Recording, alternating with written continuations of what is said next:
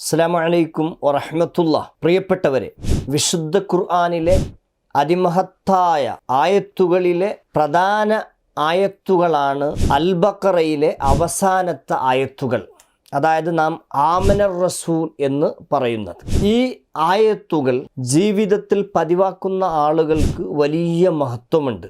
അബ്ദുല്ലാഹിബ്നു മസ്ഊദ് റളിയല്ലാഹു അൻഹുവിനെ തൊട്ട് നിവേദന, നബി സല്ലല്ലാഹു അലൈഹി വസല്ലമ തങ്ങളുടെ ഇസ്രായിൽ സിദ്റത്തുൽ മുൻതഹയിൽ അല്ലാഹു റബ്ബ് സുബ്ഹാനഹു വ തആല വളരെ പ്രധാനപ്പെട്ട 3 കാര്യങ്ങൾ നൽകപ്പെട്ടു.